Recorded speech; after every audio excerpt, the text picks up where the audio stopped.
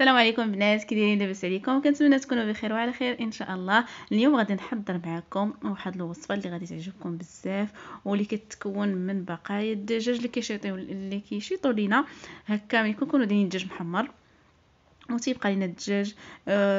خصوصا الصدر هو اللي تيشيط في الاغلبيه، فما خاصناش نضيعوه. لهذا غادي نستغلو وغادي نحضر لكم به ليكيش بالدجاج او البيشاميل. كنتمنى ان هذه الوصفه تعجبكم، فخليكم معايا.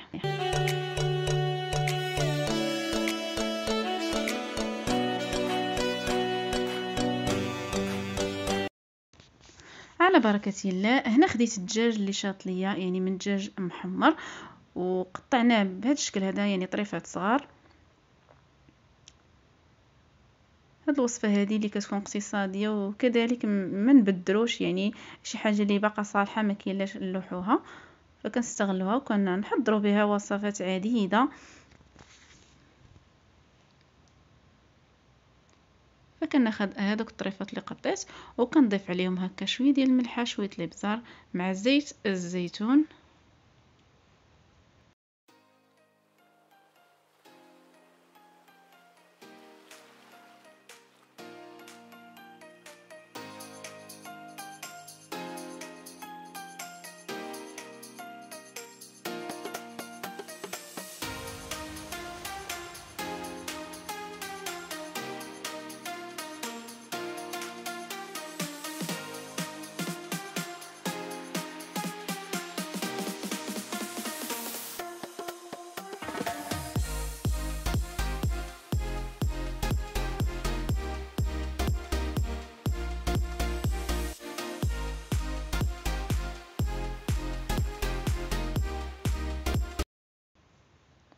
وكنوضعهم فوق النار حتى كيتشحروا لنا هكا وكيتبلوا مزيان،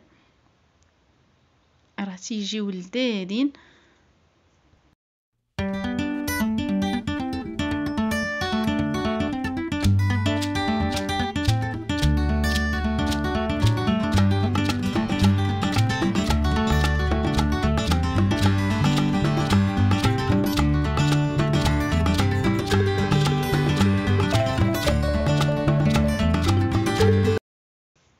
في هذه الاثناء هذه غندوزو باش نحضروا لا بيشاميل. خديت هنايا الزبده تقريبا 2 معالق ديال الزبده، هنا ذوبتها باش كيسهل ليا نحضرها.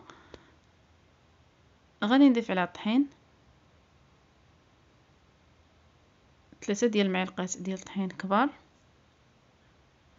كنحركهم مزيان.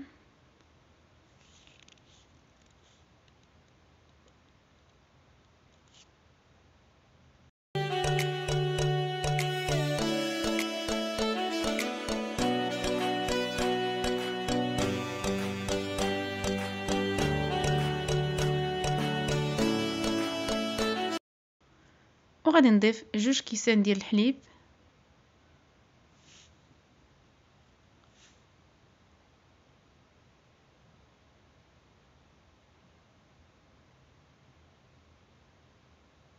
مع القليل من الملحه وشويه ديال الابزار.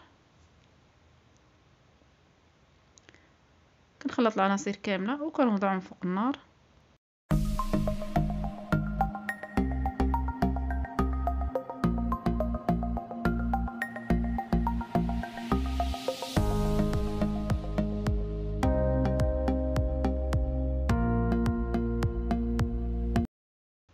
كتكون هذه هي لا بيشاميل ديالنا من بعد ما وجدت، فما كنخليوهاش تعقد بزاف.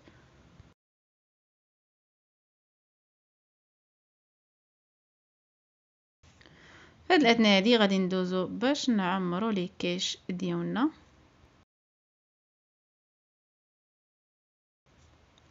بالنسبه لهاد لابا ديال لي كيش فانا وجدته من قبل، فإلا كنتو باغيين يعني طريقه تحضير لي كيش هكا فخليوه ليا في لي كومونتير. وغادي نبدا كنعمر لي كيش ديالي بطريقه سهله. كنوضع الدجاج اللي انا شحرت،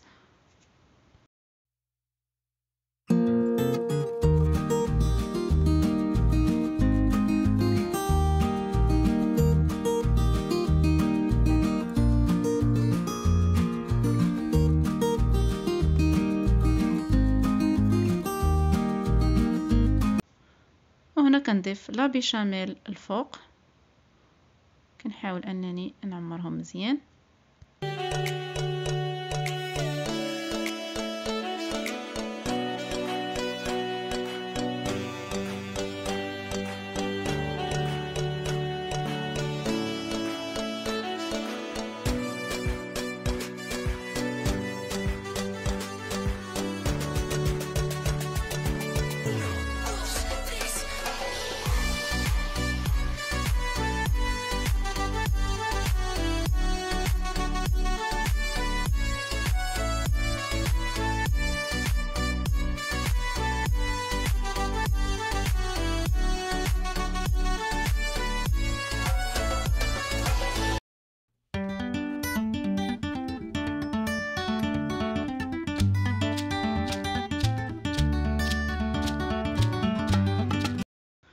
واخيرا هنا كنوضعوا الفرماج.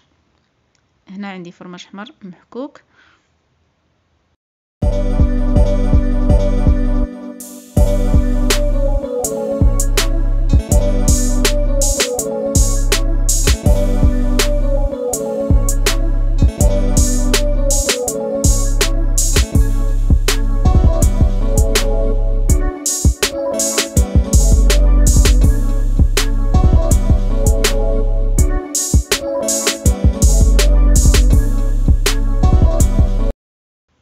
وبطبيعه الحال كندخلهم الفران من بعد ما نكونوا سخناه حتى كي يذوب لينا داك الفرماج. ديجا راه كلشي طيب ويتحمروا ونتلاقاو ان شاء الله. كتكون هذه الوصفه ديالنا الصراحه كيجيو لذاذين بزاف وساهلين في التحضير، ما كياخذوش لينا وقت بزاف. كنتمنى ان هذه الوصفه تكون نالت الاعجاب ديالكم. بالصحه والراحه والى فيديو قادم ان شاء الله.